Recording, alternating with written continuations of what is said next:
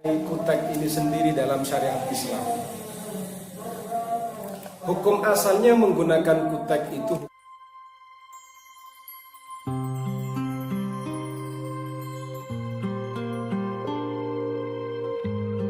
Bismillahirrahmanirrahim. Kemudian saya akan membahas pertanyaan yang keempat, perbedaan pendapat ulama tentang perempuan memakai kutek.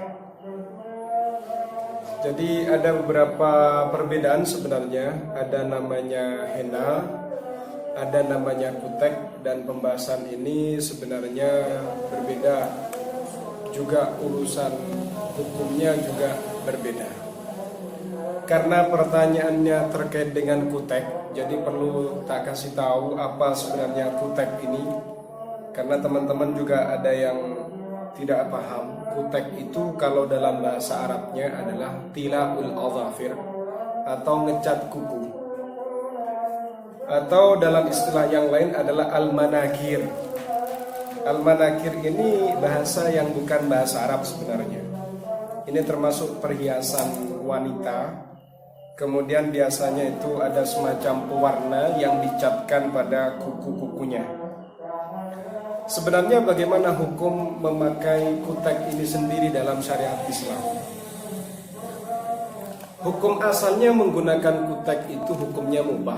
Karena memang pada ulama-ulama terdahulu tidak ada penjelasan terkait dengan kutek. Ingat ya, jangan sampai salah paham. Kutek, kalau ditanya hukumnya, hukumnya boleh. Karena ada kaidah fikih, al-aslu fil asya al-ibahah malam yarid dalilun ala nahyi, atau malam yarid dalilun ala tahrim idza jaza ta'bir.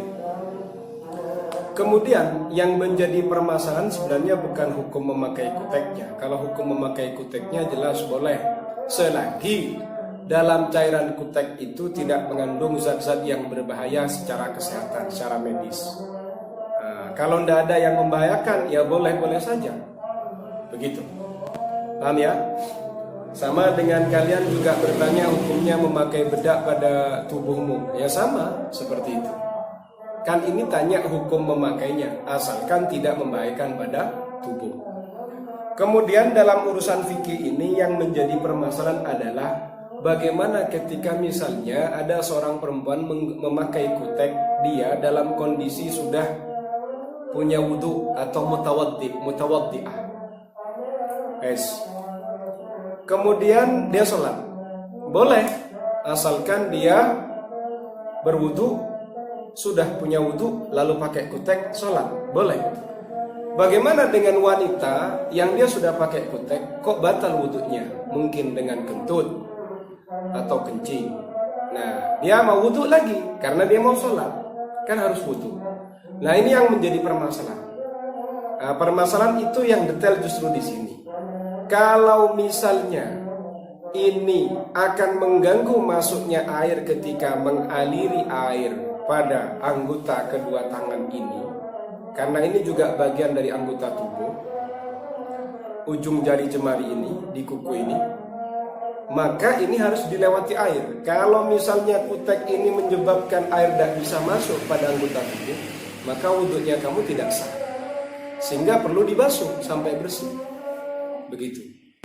Kalau dikiaskan kepada khafain misalnya, itu kias yang salah seperti itu.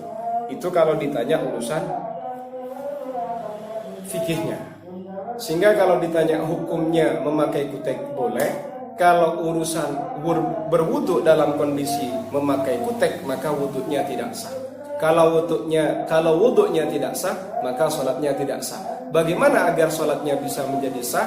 Maka kuteknya dibersihkan dulu. Setelah bersih, lalu kemudian lanjut untuk membasuh kedua tangan. Nah, wudunya sudah sah, maka dipersilakan kalau mau sholat. Seperti